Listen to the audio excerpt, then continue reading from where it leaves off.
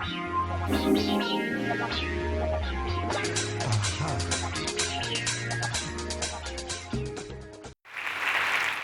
session is entitled Business as Usual, and as someone that works in the political governance space in the continent, I really want to address the fact that this year has seen some dramatic changes in the continent, and if we, as civil society, get it right, it may be possible for us to say that the business of politics will not be able to be conducted as usual. About 1 year ago, just under 1 year ago, a young Tunisian boy set himself on fire. He was a university graduate. He was selling vegetables to support his family. And when confronted with the bureaucracy and corruption of local government, he felt that his only response was to burn himself. That one action has sent such shockwaves across our continent. And before I go any further, I'd like to show a short video to remind you of exactly what has happened this year.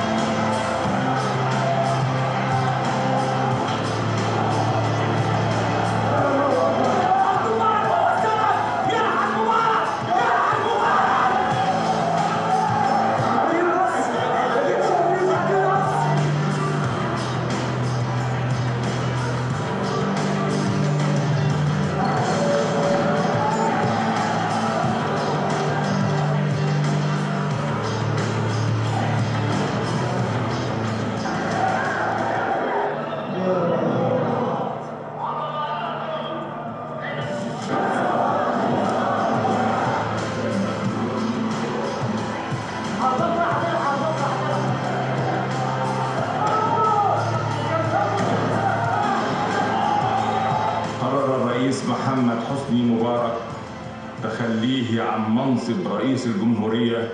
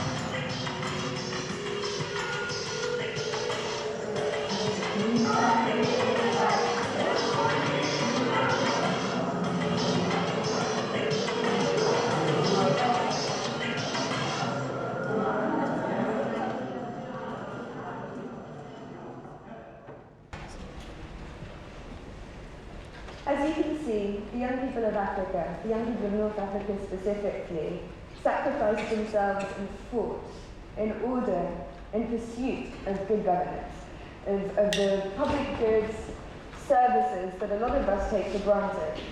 And I think the challenge for us is to understand how we can take that energy and that commitment and translate that into better lives for people in Africa. So I'm going to talk very briefly about how I think the game has changed and how the game needs to change slightly more. What's clear from what you've seen is that civil society cannot be put back in its box in Africa. There's a variety of reasons for this. The rise of the middle class, increasing business elites that no longer owe their allegiance to the political elites, the kind of independent private sector, more better educated people, and maybe above all, the mobile phone revolution, the ability of people across the continent not just to access information, but to organize. As a civil society organization in Africa, I have to say I found this a really exciting year. And I think if we look back, because I know I'm speaking to a largely sub-Saharan room, you may be looking at those images thinking that doesn't necessarily relate to my knowledge of the continent. Well, if you think back to the recent elections in Kenya and Zimbabwe, the last elections, which in both cases were very complex and led to very complex coalitions, the reality is 10, 15 years ago, you wouldn't have had these coalitions because it would have been business as usual. The ruling elites would have taken the elections and moved on. What actually happened was that people in those countries with their mobile phones took pictures at the polling stations of the results as they came in, ran independent tabulations, and the governments just couldn't steal the elections in the way that they used to. So there's a trend there, which I think speaks very positively to elections, but I think the problem we've had historically in Africa is that we think democracy is elections. Elections are once every 4, 5, in Rwanda, 7 years. What about the other however many thousand days in between elections? So that notion of the rise of civil society is something I want to flag. Our presidents are running out of exit strategies. If you look at those 3 leaders up there, 3 different exit strategies. The first one sort of fled in the middle of the night, taking what he could, which looked slightly undignified at the time, went to Saudi Arabia, following a well-trodden path. Second leader, Mubarak, tried to stay in the end stood down, determined to stay in his country, and I'm sure you've seen all those images of him on trial in a metal cage with his sons, arguably less dignified. Personally, I don't want to discuss at great length the demise of Gaddafi because I found the final, I thought it was quite horrifying and quite dehumanizing, but certainly that wasn't a dignified end. So really we're saying, if you were in office for 20, 30, 40 years, your only hope is exile in a safe state? Well, if we think back to Charles Taylor, the spectre of Charles Taylor looms very large over these gentlemen and now one woman, these heads of state, because here was a man who thought he'd cut a deal to go into exile and he still ended up in The Hague. So really, what this year has demonstrated that I think is a game changer is that if you're a president in Africa, you have very limited exits. And really, the only way you can be assured of a peaceful, healthy, and quiet retirement is to do a good job and leave on time.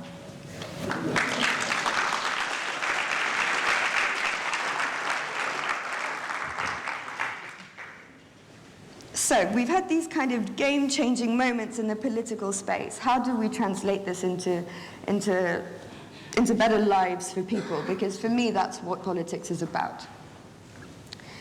Well, I think one of the challenges I found working for the foundation is that we produce an index of good governance, which some of you may have seen, where we try and gather as much data as we can in order to empower Africans to know how their governments are performing, and to empower African governments to know how they're performing.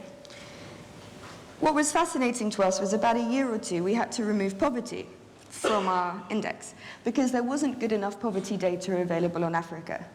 Now, I want you to stop and think about that. We have a multi-billion-dollar aid industry. We have 54 governments, and no one is properly measuring poverty. So on what terms are we defining success and failure? The first Millennium Development Goal, if you remember, to be achieved by 2015 is to halve extreme poverty by 2015, right? How? I mean, what's your baseline? Maybe we've succeeded, maybe we can all go home now. I mean, you can't prove me wrong because you weren't even measuring in the first place. The discovery of that was quite an important moment for me because it underscored to me that development policy generally in Africa is not driven by data. It's driven by ideology. And that to me is problematic because we will never all agree ideologically. But if we have access to good data, I think we'll agree on a lot of things. So the information revolution needs to be accompanied by a data revolution. I'm going to give you an example, hopefully, of one piece of data that I think will show how easy policymaking can become when you deal in data and not ideology. If you add up the GDPs, the combined GDPs of every country in Africa, the total is roughly equal to the GDP of Brazil. Now, 54 African countries. Most of them need visas to go to each other. Impossible to move capital, as some of our banker friends will tell us. Goods, people. How will we survive? It's not even, I mean, first of all, be competitive, but realistically, how are we going to survive in a globalized world with 54 little states, each with their own customs, each with their own legislation, their own regulation? It's a huge challenge. I'm not sure that Africa will be able to face the 21st century unless we face it as a united continent. And this harks back to Nkrumah, it harks back to this political identity, which I believe in. But the real reason to do it is because otherwise, I don't see how we will thrive. I don't see it. Let me extend that piece of data even further. China has one Africa strategy. Africa has 54 China strategies. Africa has 54 Brazil strategies. Africa has 54 Iran strategies, Turkey strategies. I'm sure one of our mathematicians in the room can start doing some numbers on the iterations of strategic negotiations on the continent. But it puts you in a very weak position as an African country. Because you have someone coming along who says, well, I can build my factory here, I can get copper from here or from here. We're disadvantaging ourselves. Once you understand how weakening it is, how debilitating it is, then you suddenly get an imperative which says, okay, one market of 1 billion people, GDP of Brazil currently, huge natural resources, and even more importantly than that, human resources. I think by 2040, Africa will have the largest working age population in the world. The young continent. Every other continent is aging, even Asia. They're all aging. Africa is the young continent. The world's future workforce will come from Africa. The world's future natural resources will largely come from Africa. Once you understand that, suddenly, the terms of trade alter, surely. Surely, you stand back and say, okay, what do we want from our engagement with the world? Suddenly, you say, okay, if we, as a group of 54, say, these are our labour standards, these are our tax codes, this is our environmental and social policy, you cannot invest anywhere in the continent unless you are compliant with these, then we lose this whole debate about is Chinese investment good or bad. All investment will be great because it will be designed to benefit African people.